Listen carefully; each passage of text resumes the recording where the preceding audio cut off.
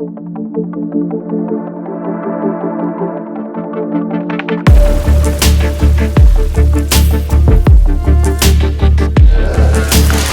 a doctorate in transpersonal psychology. She's also a certified coach and mentor to coaches and group leaders who serve spiritual people. Her books have been featured in Leading Australia Wellness and Yoga magazines. And today Nicole's going to be talking to us about the experience of death, near-death experiences, and the transformation that people have that experience such an amazing and life-changing experience. So please welcome to the stage Dr. Nicole Gruel. Thank you. Hi everyone. And I'm going to try not to move too much because I've been told that the sound can get interfered with. So thank you, Anthony and Paradigm Shift team, for the invitation to come to this amazing event. Everyone I've spoken to so far is just so excited to be here. And I've spoken to people who are multiples at coming as well, which really speaks to the quality and content of this gathering. So it's a pleasure to meet you all. And I had to contemplate kind of deeply in terms of what we were going to chat about today, because you guys are pretty deep down the rabbit hole already. And usually when I get to meet people, there's a bit of, there's the rabbit hole kind of conversations. And knowing that I think we're all in the right room, being quite far down the rabbit hole already, this is like family. It's like family to have these conversations. So that's a beautiful thing to be able to do.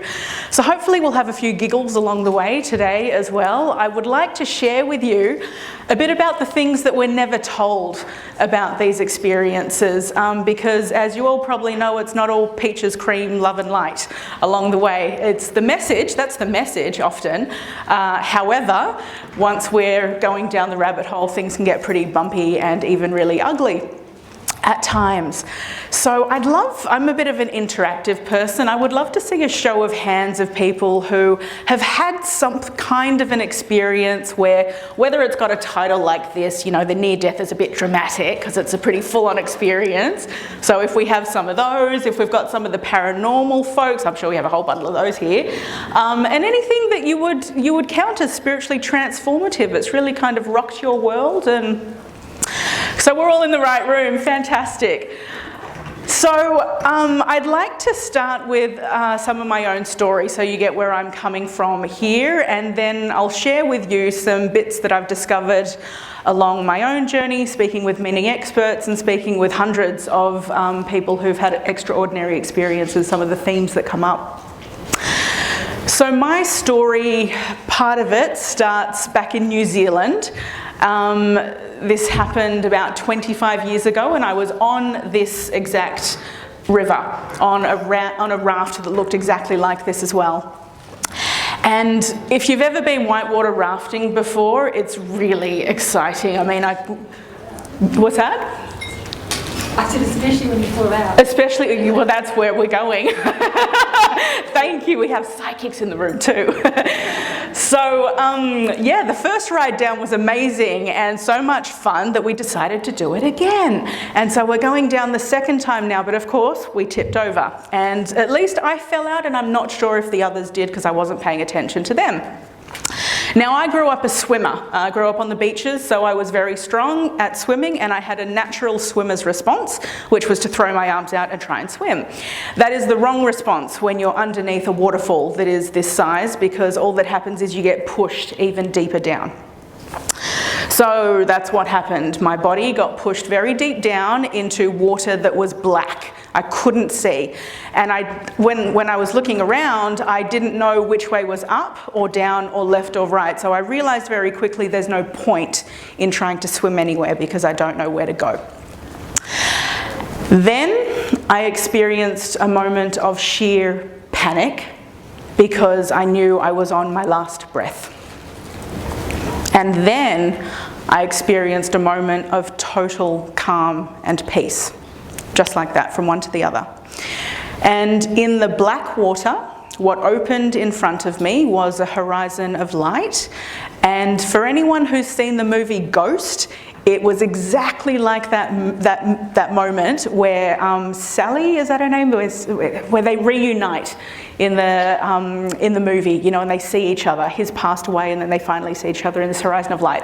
Every time I see Ghost, I bawl my eyes out because I'm like, that was the moment. So Hollywood gets it. So on some level. So anyway, there I was with a horizon of light in black water.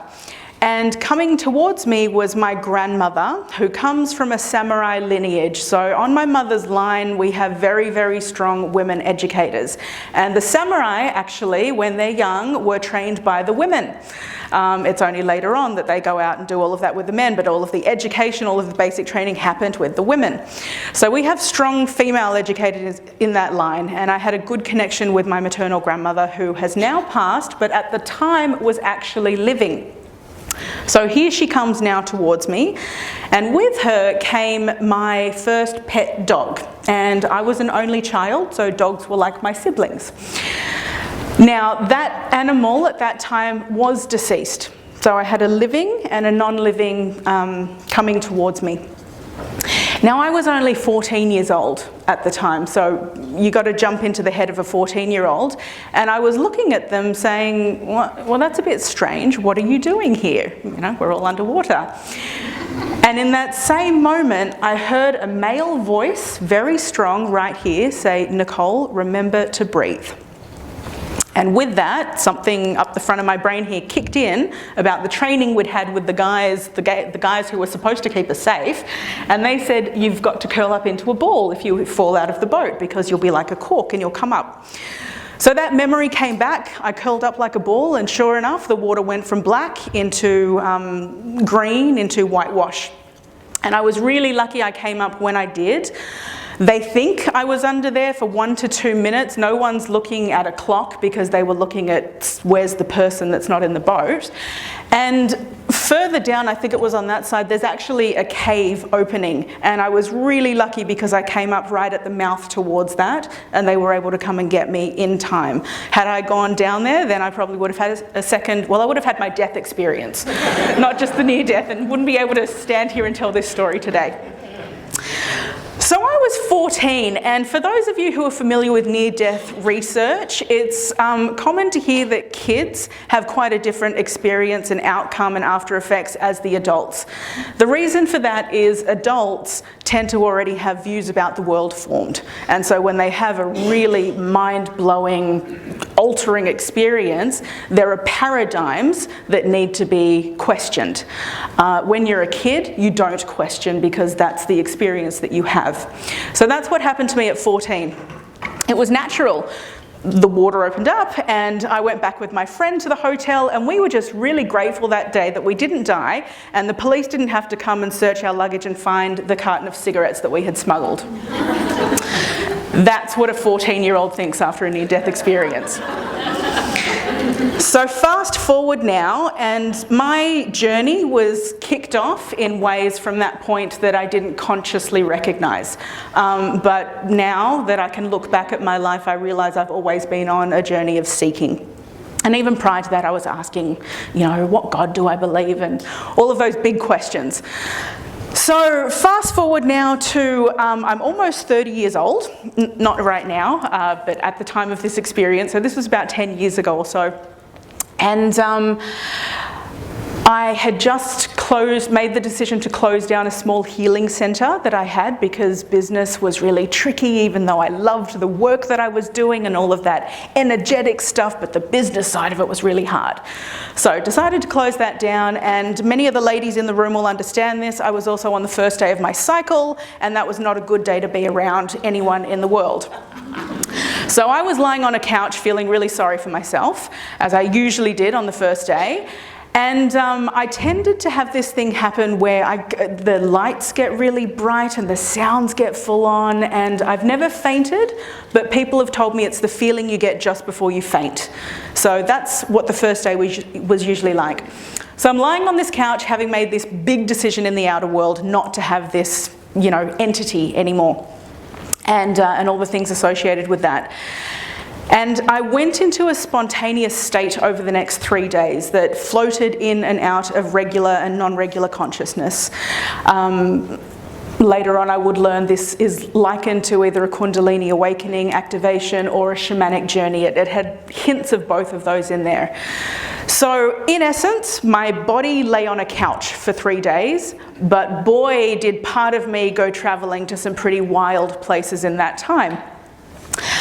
I went deep down my ancestral roots and I met all kinds of ancestors down my mother's side and my father's side who I'd never met in physical, but we had conversations that we needed to have about things that were being carried in the DNA that needed to be healed and addressed in the present time.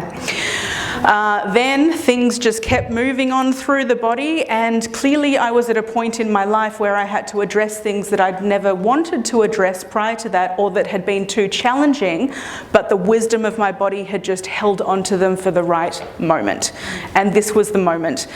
The sense of I that I have didn't get a choice in this experience. I just had to be with it as it did its thing.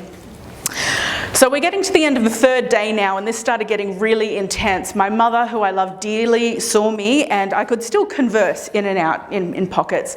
And she said, I really want you to go to the hospital because the fevers were happening, and she was pretty worried. Luckily, by this stage in my journey, having a healing centre and meeting a lot of people like you, I understood that something important was happening. So I was able to say, give it a bit of time. Something's going on and it'll be okay, and if I really need to go to the hospital, I will. By the end of the 3rd day, this stripping process, it was like stripping layers off an onion, and it started speeding up. And towards the end, it was layers of identity. So each one of those layers was like, you know, my name, my body, anything that I could grasp onto was holding on for dear life onto these layers. And the it was just stripping them away faster and faster until there was nothing left but the tiniest pinprick of light. That was it. And then it stopped. And the aha in that moment was, this is all I am. I'm nothing more and I'm nothing less, but that's it. And the next aha was anything that is created outside of that is a game that I get to play in. It's a game of patterns and archetypes, and what game do I want to choose to participate in on this earthly plane? And I'm so grateful for that experience. The language didn't come for that until years later, but it meant that this lived experience that we have, I got to now approach with a totally different attitude that was actually very playful instead of the heaviness of all of the stuff that was there before that led me to close the business, etc.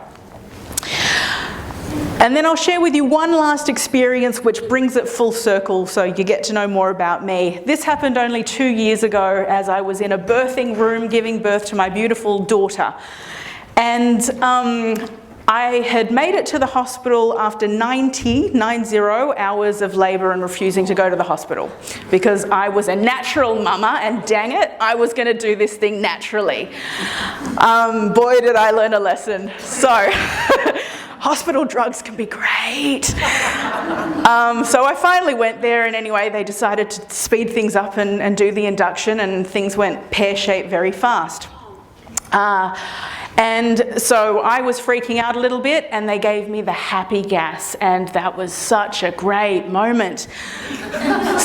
Yeah, to the point where they couldn't get it back off me again, actually. I was like, ugh.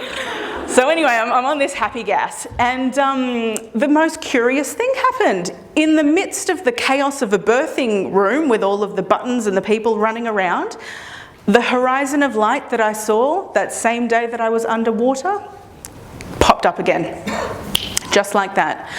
Only this time I was conscious of myself lying on that table trying to get this human out of me, as well as this horizon of light. So that was a bit different. I also now had the language and understanding of what was going on, and I said to my partner and my mother who were in the room, I think I'm having a near-death experience and one of us might not make it, and it's going to be okay. And it was, fortunately. I also knew in that moment we were supposed to do a cesarean, and that was the one thing that I had really, really resisted, clearly 90 hours, but the knowing came to do it, and sure enough, 1 hour later I was holding this beautiful child and, you know, blah, blah, blah, blah, blah, as it happens afterwards. So it was a real aha for me. Oh, and that's the piece I need to tell you. The part of me that was in the horizon of light was laughing its head off at the drama in the room of all the craziness. It was like, this is so perfect. And it wasn't, but it was. And your giggles tell me you understand what I'm talking about.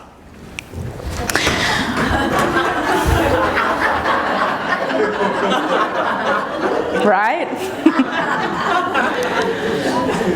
So there's many things we are never told about the path of awakening.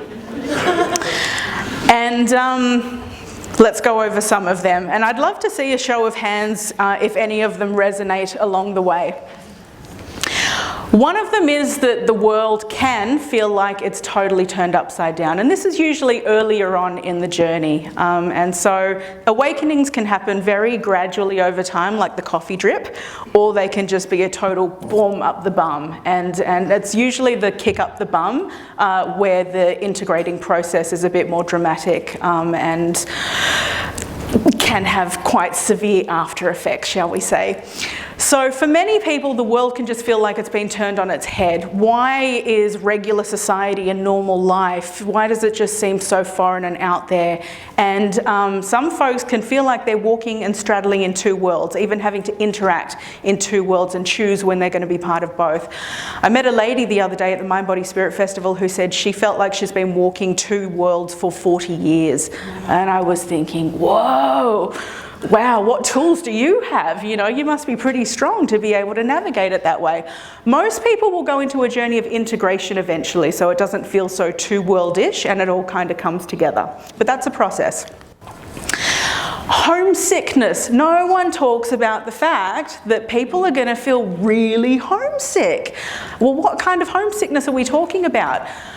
For folks who've had a blissful or an incredibly pleasant experience, and when you talk to near-death experiences, those who talk about a heavenly realm or state or place, or even people in meditation who, you know, click in with blissful-like states, there can be a feeling of, I just want to return to that. I want to return to it. I want to reside in it. I want the world to be heaven on earth. And so the distance can become very painful between the everyday lived reality and what feels like heaven on earth. And that can create this feeling of longing or homesickness for many people. Has anyone ever felt that way at all? Yeah? Oh, wow. And so just like when you travel to a foreign country and you come back and no one understands where you've been or all of those rich experiences, there are strategies that can be implemented as well in, you know, bridging the gap so that the homesickness isn't as profound.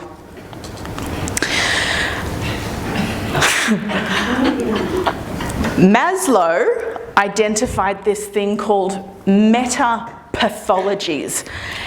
And their illnesses, these are the mystery illnesses that just can't quite be explained. These are the ones where people are complaining of the same old problem for so long and eventually try and go to a doctor and the doctors can't tell them and they've done the tests and the tests can't tell you. Anthony mentioned the heart issues going on earlier. That would fall into this category. So Maslow actually thought that this was a fantastic thing. This is the best kind of illness you can have. And Maslow, mind you, was a near-death experiencer. So, interesting segue. Maslow, of course, the pyramid, we all know the famous pyramid.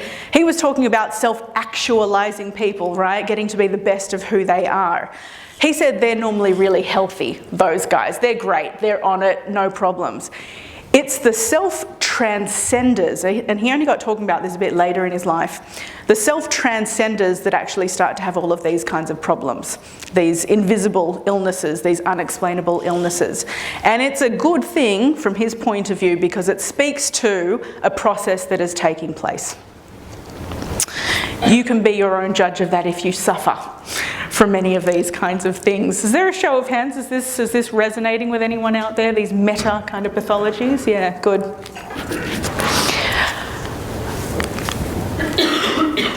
Where's the magical spot? Oops, oops, oops, oops, oops, oops, oops, oops, oops, oops. Oh, okay, there we go. Now we're all psychic. Does this happen to anybody? Technology just goes really weird around you, so lights start going on and off. Of course, none of this is going to happen at the conference. But technology, street lights go weird, computers don't work, you can't wear a clock because there's no point.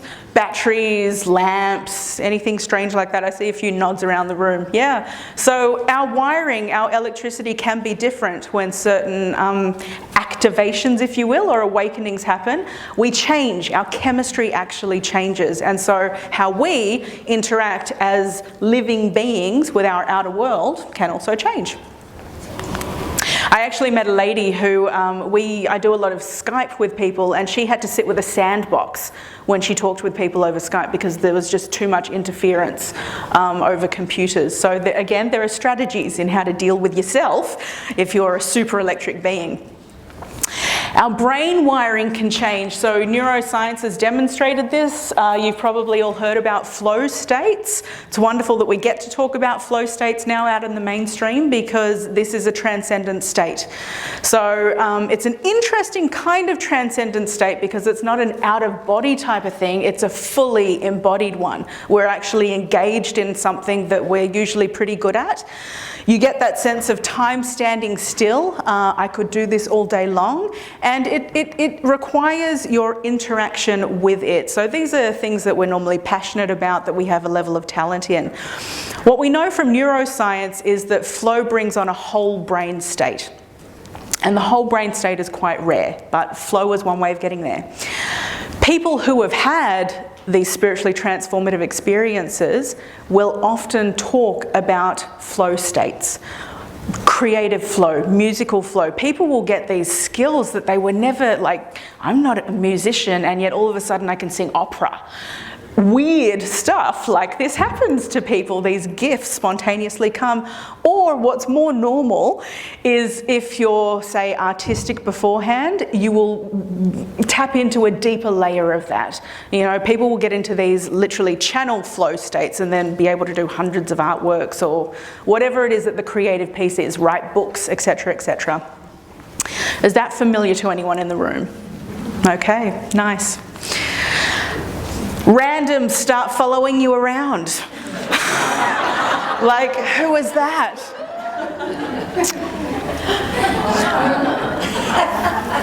Do we allow?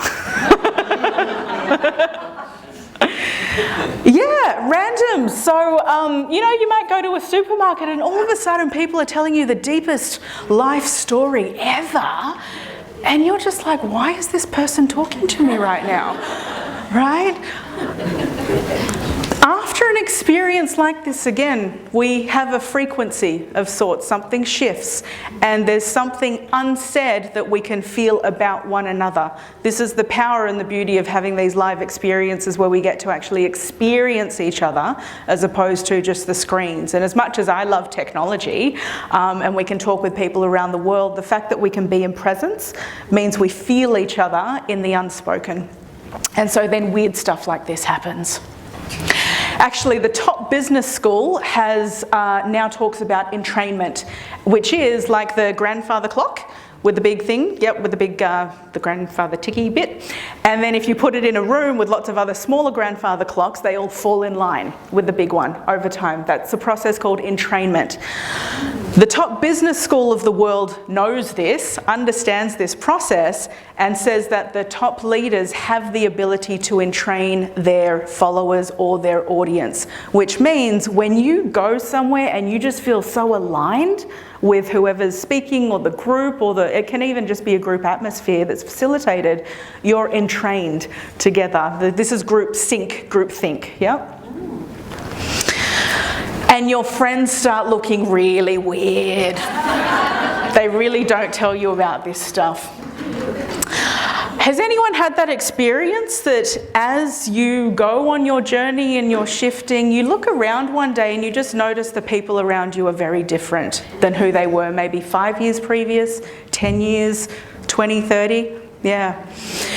Now this can be beautiful and painful for folks on the path. It's easy to talk about the beautiful stuff and all the great experiences that we have with new friends, but the part that's really painful that we don't talk about is the friends that we had and the lovers that we had and the relationships we had, particularly when we're in an intimate relationship and that other that we thought we were going to journey with, we come to a point where we know we can't journey together anymore. And I see several nods now. That can be really painful, hey? People don't, I don't want to really use the word evolve, but people don't shift and change at the same pace. Yeah, we're all so unique, and it's fortunate if we're able to have mutual understanding with those that we're no longer co-journeying with on the way, but often that's not the case. Now that more and more people are having these conversations openly, though, hopefully, you know, we're all going to jump into the party a bit more together. And it's okay that our friends start looking weird, because we do too, after some point. And if you're not looking weird enough, or you don't have weird enough looking friends, there are plenty to select and walk away with from this weekend, I can assure you. One piece they really don't talk about, and they should more often because it's beautiful, is that for many people who have had a profound awakening, it's not so much the way out there stuff that is fascinating and intriguing, though it is, it's actually the everyday moments that become the most precious and beautiful. It's the everyday, simple connections. It's in our neighbourhoods.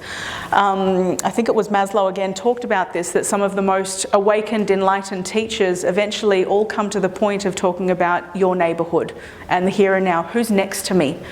Who's around me? I don't have to always go to stellar, you know, galaxies, though that might be comfortable and beautiful, and we'll come to an example of that. So how do some of those sound to you guys? Are they a bit familiar? Yeah, all right.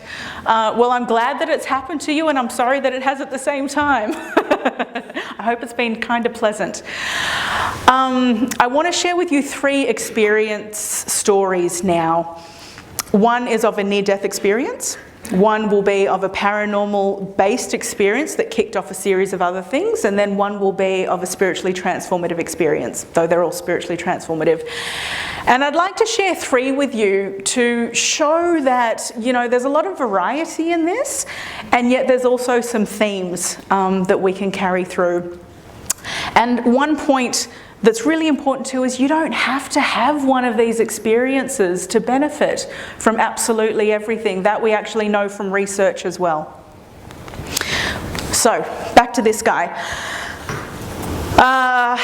New Year's Eve, somewhere in the US in the Rockies, and he's 16 years old and he's on a great snowboarding trip with friends. Gets into trouble on the mountains. Has a big crash, can't move. Has to get helivaced out of there to the nearest hospital, is dying on the way there. He can't feel things in his body anymore and is getting very, very cold. The irony is about 1 year prior to this experience, he read a book called Snowboarding to Nirvana. And he laughs about this because he's like, and that's what happened. So he gets to the hospital, they're stripping him down, they're cutting him open, they're doing everything they have to at this point in time because he's going fast. He's in a lot of pain. He had internal bleeding. And then he hears a voice that says to him, "You're going back home to the stars. This is a temporary transition. Everything's fine. Soon there'll be no pain." And he went, "Oh, no pain right now sounds really good to me because I'm in a hell of a lot of pain." Then the anaesthetic kicked in and he was out. Fortunately or unfortunately for him, he woke up on the other side of that in, again, a whole heap of pain. The problem now is that he didn't quite get to go home or remember what home might be, but he woke up and in his words, he said he felt like he spoke to God.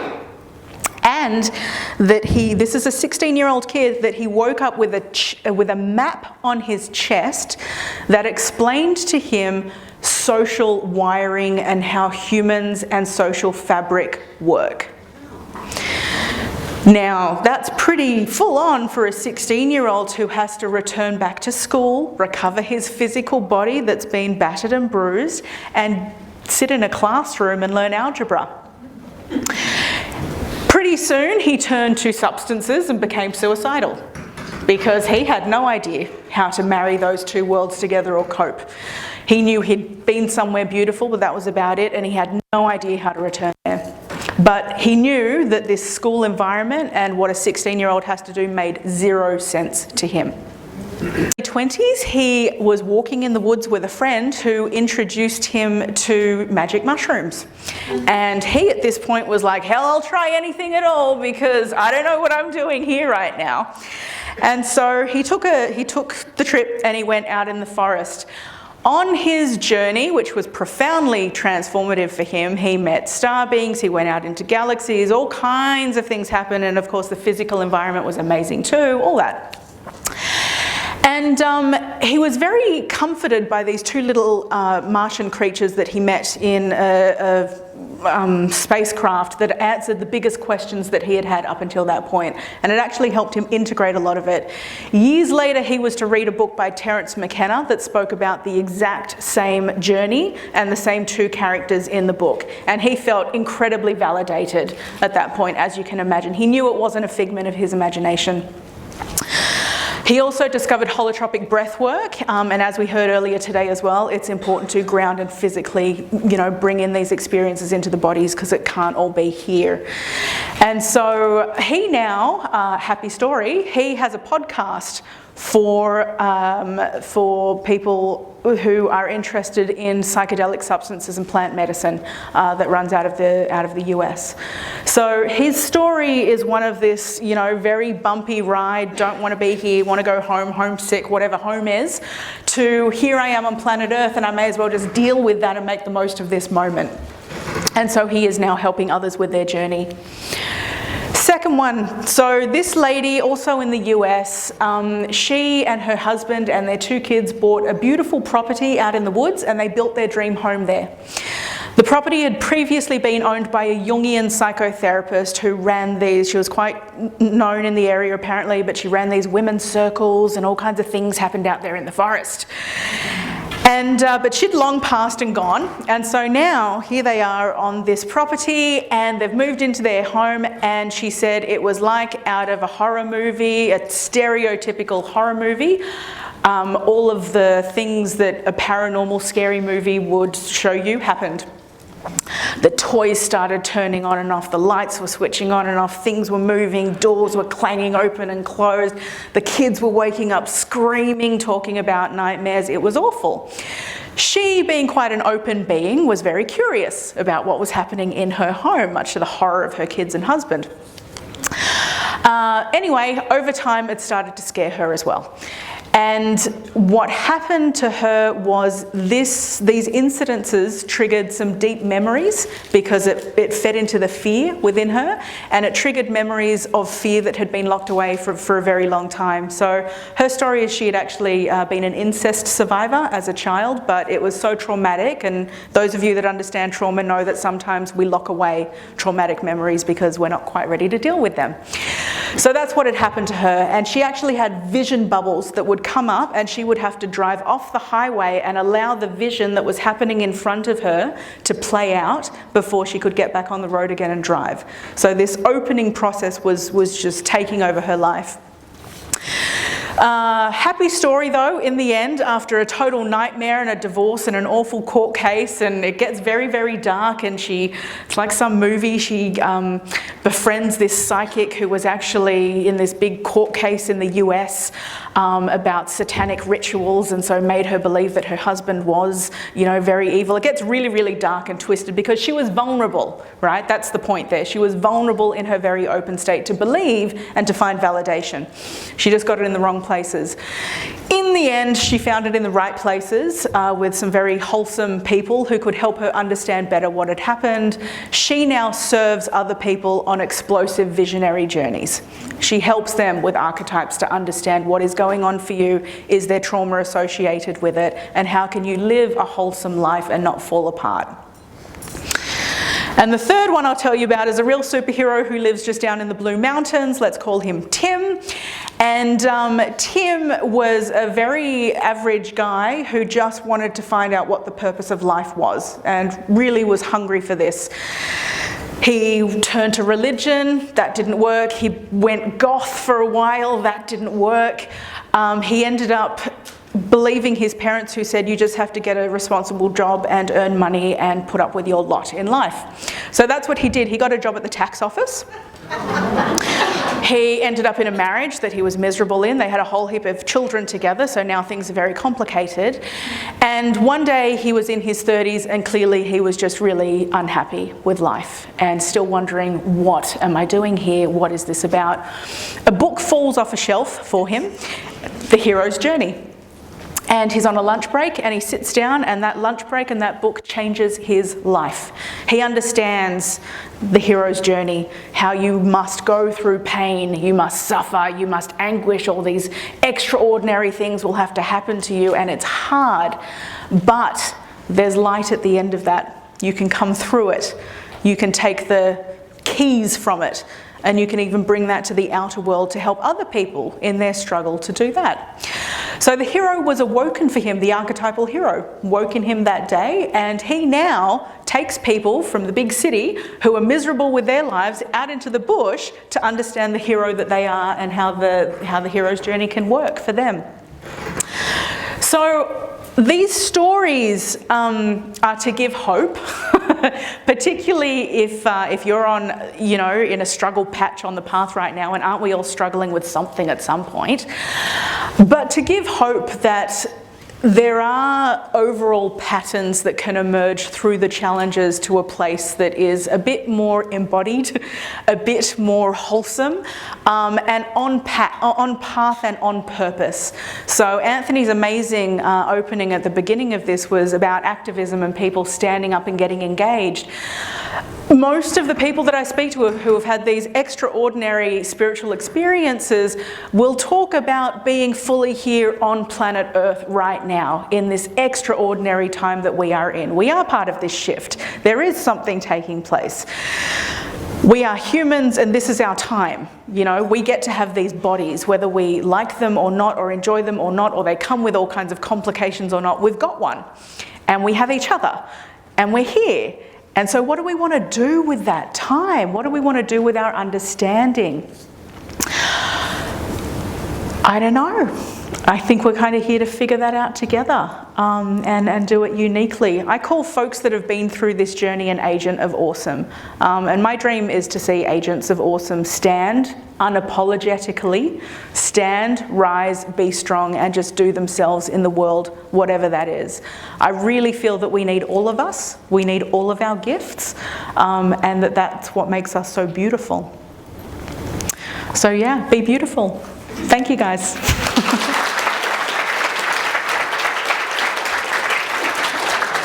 And if there's time, I guess we can do Q&A or...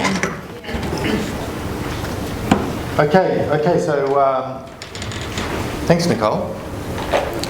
That was good. You're welcome. What advice would you give to people going through the hero's journey?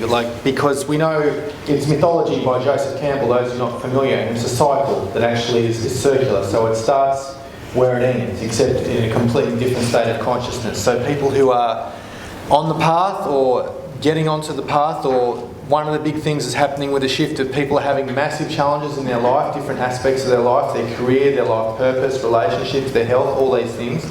What advice would you give to them? Yeah, so through these big journeys, there are a few factors that can always help. So one is to just stand strong and be confident in your path, trusting that it's getting somewhere and doing something. Another is connecting with like-minded people, exactly this. Tribe, community matter so much. We need safe spaces where we can just be ourselves and have very open, frank conversations and share the challenges that we're going through. Research. There's so many resources out there now. Aren't we blessed to be in an age of information? What we need are tools of discernment amongst all the crap. I don't know if I can swear on camera, sorry. Amongst all the stuff that's out there, we have to be very discerning in terms of what we find. Yeah, but there's great information out there. This topic of the hero's journey is one that's burnt into the subconscious mind of the human because it's actually essentially a soul path. And Hollywood have very cleverly gotten onto that because they can identify this empathy, this resonance with the hero in a film. So some of the biggest franchises in Hollywood movies that have ever existed all embody the hero's journey. Has anyone seen a film called Star Wars? Hero's journey, right? Created by a near-death experiencer. Yeah, right. He didn't even go to the premiere because he thought it was going to be a flop, so he went to Hawaii for a holiday. Who knew? Anyone seen The Matrix? Hero's journey. Anyone seen Avatar? Hero's journey. And that's one of the reasons why they're so big. They keep on repeating the theme again and again. So it's a very powerful theme and one that we can all identify and one we can all relate to. So has anyone else got a question for Nicole on the topic of near-death experience or anything she's just gone through today? Just have to yell out. We don't have mics. Don't be shy. No such thing as stupid questions, just stupid answers. No pressure. When you were on the other side, did you choose, I know this is like a crazy question, did you choose to stay or go? Did you make that choice there, or did you make that choice in a different space, maybe before you even came in here? So, great, because it comes up often in near-death experiencer accounts. I wouldn't describe of mine that I actually went to any other side. I would say I was always still in both accounts on this side, but I was witness to or stepping into what that other side might be. I didn't get far enough into my process in the drowning or in the birthing experience to get to that choice point either. Yeah. What we know from near-death experience accounts is there's kind of a checklist, at least in the Western world, of typical things that can happen. So the light, the loved ones, the tunnel, the choice, the life review, the life preview, the realms, the heavenly realms, the hellish realms. There are many different boxes that could be ticked. Some will have some of those components and some will not. Out-of-body experiences as well, that's another common piece that can happen in OBEs. Yeah, but for my own, no. Yep, didn't get there. So what does your research say, in summary, about the effect or the reason of a near-death experience? The reason for it, I don't know.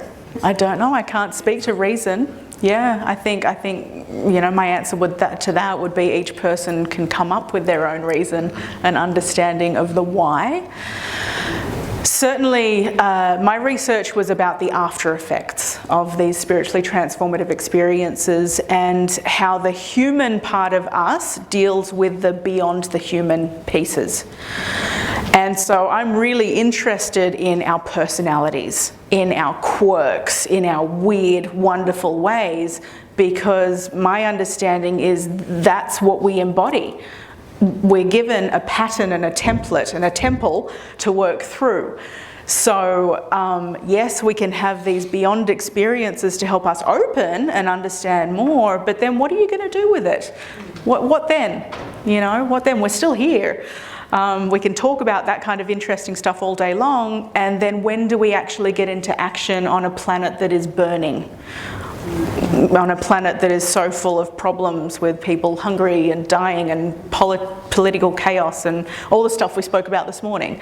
The planet is burning and we are inhabitants on it. So what do we want to do about that? Yeah. And so the research really points to, we all have different gifts. And the point of it is get on with your gifts and you, whatever that looks like, because you matter. You're important in whatever beautiful form you have. Yeah. Even if we're all talking the same message, we're going to reach people differently because we each communicate it differently. I was just going to say, so you believe that we all do have a purpose on this earth? We have a mission. I don't know. Yeah, I don't know. I've met countless people who know they do have a purpose and a mission. Yep, that's about all I could say to that. I feel I have my own. I support people who feel they have their own, But whether it's an ultimate answer as to yes, we do, and yes, we all have one, I can't give an answer. I don't know. Yeah. There's a little one down the front. Hi. Big voice.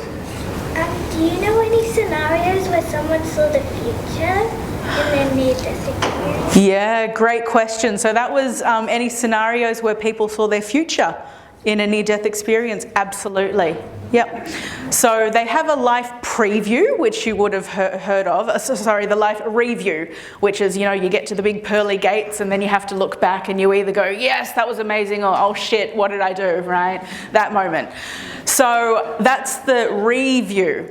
The preview, however, happens for some, which is what's coming.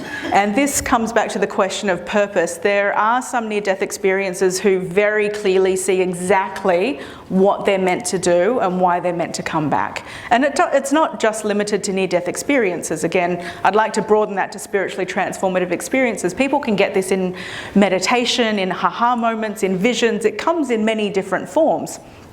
An initiation. So people can see the future sometimes. Maybe they're shown the future in like a chronological piece, which, I mean, gee, I would have loved that when I was younger, because I just walked the world lost for a good decade or so, wondering what all the answers were, and please someone show me a direction. So that would have been great, having a movie to show the way. So certainly some people do see it, yeah. And some people get gifts to then, of course, have the clair gifts, the audience, the sentience, the clairs, we call them. And so one of those is being able to see what's coming. Yeah. Last question over here, quick There's one. like a mic. Yeah. I was just wondering, you spoke about somebody and it was pain and no pain, pain and no pain. What about when there's no pain and you're still back and there's still no pain? Is there an explanation? Fantastic. You're back, there's no pain, there was no pain there, beautiful. You've got no pain. Oh. You don't have an idea about. So the question is about coming back after... Some sort of accident, drama, you smashed up, Yep. you've disappeared and it's really cold. Then suddenly you realise you're back in your body, you've still got no pain in the hospital, you've still got, like you said, the anaesthetic, no pain, but the whole time you've not had any pain. Yeah, Just wow. About that. Wow. No pain deal. So I don't know, there might be a medical explanation for that, or not. Yeah. Sort of some people have different ideas about why that is. Yes. Yeah, so. Yes. So the scenario was about coming back from a near-death experience, or some kind of an experience with a lot of what should be pain, but not experiencing any pain in the body. Yeah. Yep. It happens. Don't we live in a wonderfully mysterious world? Yeah. Let's leave that there. Thanks very much, Nicole. Nicole's offering personal and tailored coaching for spiritual people wanting to live their best life and experience well-being on all levels. She's also the author of 3 books designed to inspire and empower, and she's offering today a complimentary optimum wellbeing strategy session, and we're also going to send out an email to all of you in the newsletter that is a link to download one of her books at no charge. Okay, thank you very much.